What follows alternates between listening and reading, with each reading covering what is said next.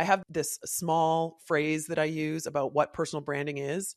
It's being yourself on purpose. And the being yourself, I mean your true best unique self. So that's where you do the work in step one, right? And then the on purpose is unapologetically in a strategic and disciplined way communicating it. And I don't think you can do that if you don't spend most of your time focused on the creation or the articulation step one.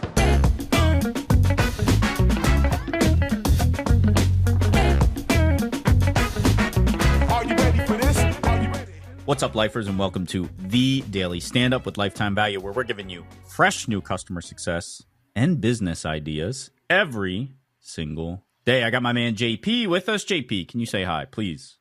Hi.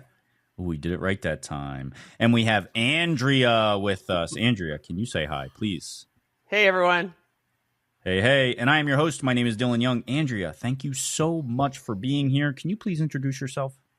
Sure. Thanks, Dylan. And thanks, JP. My name is Dr. Andrea Wojnicki. Please call me Andrea.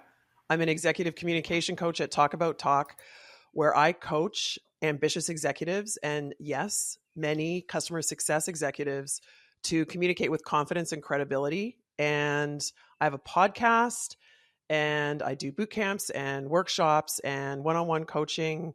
And I'm delighted to be here. I just want to say thank you. Oh, my goodness. Well, you're welcome, but thank you for gracing us with your presence. You have a phenomenal voice, so I'm so glad that you have a podcast. Cool. So you do all the things. You do touch on customer success, but here's what I'm going to do. Whether you know it or not, we only ever ask one question here, and that is what is on your mind, parentheses, regarding customer success, but you can take it in any direction you want to. So why don't you tell us what that is for you? So what's on my mind is how powerful and how much traction that folks in many industries, including customer success, can get in terms of traction in their career and their progress and establishing their professional identity by doing some relatively easy things and turning on their awareness in terms of their personal brand. So when I'm talking about your personal brand, I'm not talking about establishing yourself as, a social media influencer and garnering followers. I'm not talking about monetizing your brand. I'm not talking about all those things, although you could. I am talking about doubling down on your unique strengths and passions and really thinking about them, focusing on them, articulating them, taking the time to actually write them out, prioritize them, and then showing up every day with these things in the back of your mind in an unapologetic, strategic, and disciplined way.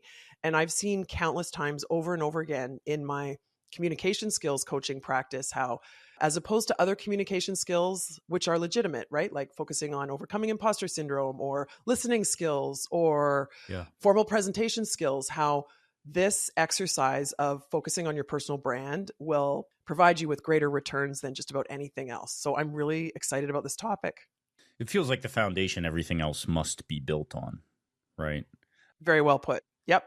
I have so many questions, but before I get to them, and for fear of boxing him out, I actually want to give JP an opportunity to ask any questions he has first. Well, I do agree.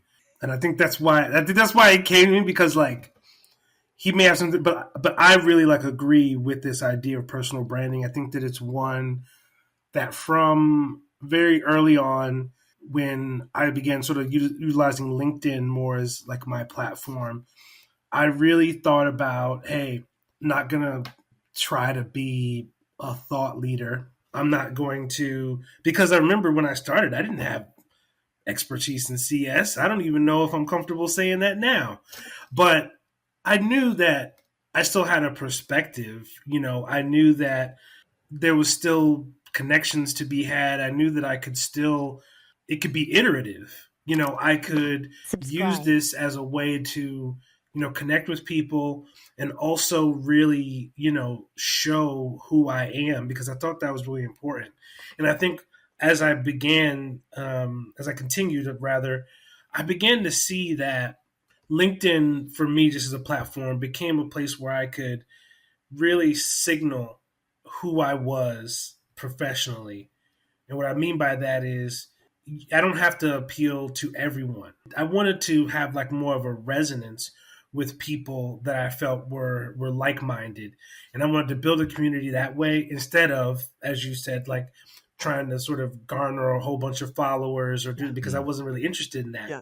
But I was interested in, I think, almost community more than networking, and where, you know, I was sending out these sort of smoke signals, for lack of a better word, that would maybe attract like-minded folks, where it would make the platform, I think, more enjoyable and useful to me than it's just a place where I go to try to find work when I need it, or, you know, ask someone for a favor. So, okay. So you said many things there, JP, that I also want to jump on, but there were two words that you said in particular that stood out for me. I love the smoke signals too, by the way. I like that one. But you said signaling, which is huge in communication. And you also said iterative, which I believe is one of the strategic principles of really establishing a strong personal brand. So there are really two steps that I advocate people focusing on when they're developing their personal brand. And most people, I believe, focus far too much in terms of a proportion on the second step. And I advocate focusing far more on the first step. So the first step is creating or articulating your brand. So like right now, if you're listening to this, think in your mind or even write down, what is your functional expertise? What is your industry expertise? What is your leadership style? What is your personality? What credentials do you have, right? These are all positive, unique, and relevant things about you. Those are the criteria. Positive, we're not talking about your development areas here. Positive, unique to you. This is the magic sauce of personal branding. If you can identify your unique skills, traits, and passions, then you're going to be golden. So unique and relevant to your professional identity. So you start listing these industries, functions, credentials, things that you're proud of, your superpowers, your credentials, as I said, listing all of these things down, the things that people tell you stand out about yourself, or the things that you know make you stand out.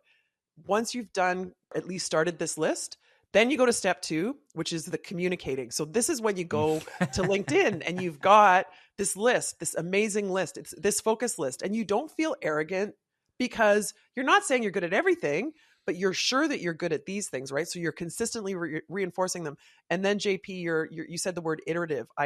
So there are 2 steps, but it is definitely iterative. You're going to constantly be updating your brand. So that's kind of how I think about it. And I say we should be spending 2/3 to 3/4 of our time on step 1. And then step 2 is way easier. It's way easier. I laughed because I was sitting on the edge of my seat waiting for what number 2 was. And I love that it was like, you know, maybe not bitter, but a little bit calling folks out of like, maybe they're talking too much before they really understand what their viewpoint is. Exactly. That's exactly what it is. Yeah. If you go online and you search, you know, personal branding course, personal branding trainer or something, they almost immediately jump into step 2.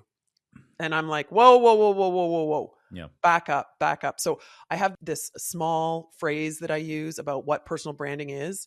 It's being yourself on purpose. And the being yourself, I mean your true, best, unique self. So that's where you do the work in step 1, right? And then the on purpose is unapologetically, in a strategic and disciplined way, communicating it. And I don't think you can do that if you don't spend most of your time focused on the creation or the articulation step 1. My question was going to be, and I do believe you have answered it, is when you open this up, your description sounded almost fully baked. Like you do this thing and then that's it. Versus my question was going to be, how much of you defining all of these things you talked about, how much of it can be aspirational? Okay. Are you allowed to say, well, this is the leader I want to become? Yeah. Versus this is the leader I am today. Yeah. And how do you view those two? How do you communicate both of those? I'd love to hear a little bit about that with the time we have left. I love that question, Dylan. Somebody else asked me this question in a workshop recently. And so what I said to them is what I'm going to share with you, which is the criteria for what belongs in your personal brand. I call it template. It's the list of positive, unique, and relevant traits. Those are the criteria: positive, unique, and relevant. And I would say current is another of the criteria.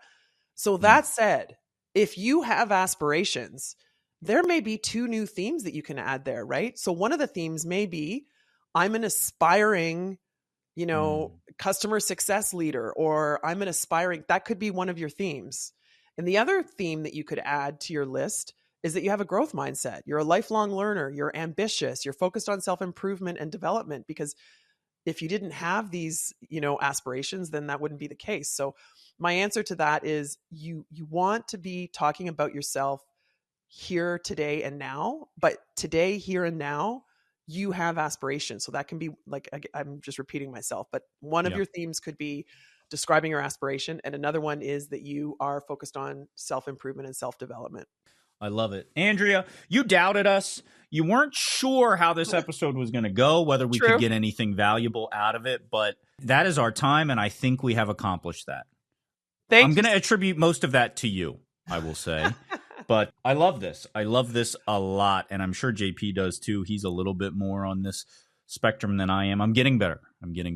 But that is our time. We do have to say goodbye. Come back in the future. I'd love to talk about this more. I would love to talk about it as well. I just want to end with one thing, which is a little bit of effort goes a long way. Most of us spend 0 time thinking about this. So I strongly encourage you to think about your brand. Thank you so much, Andrea. Thank you.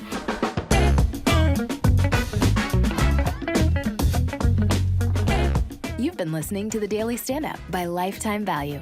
Please note that the views expressed in these conversations are attributed only to those individuals on this recording and do not necessarily reflect the views and opinions of their respective employers. For all general inquiries, please reach out via email to hello@lifetimevaluemedia.com. To learn more about advertising on the Daily Stand-Up and the Lifetime Value Media Network, please reach out via email to advertising@lifetimevaluemedia.com. Find us on YouTube at Lifetime Value and find us on the socials at Lifetime Value Media. Until next time.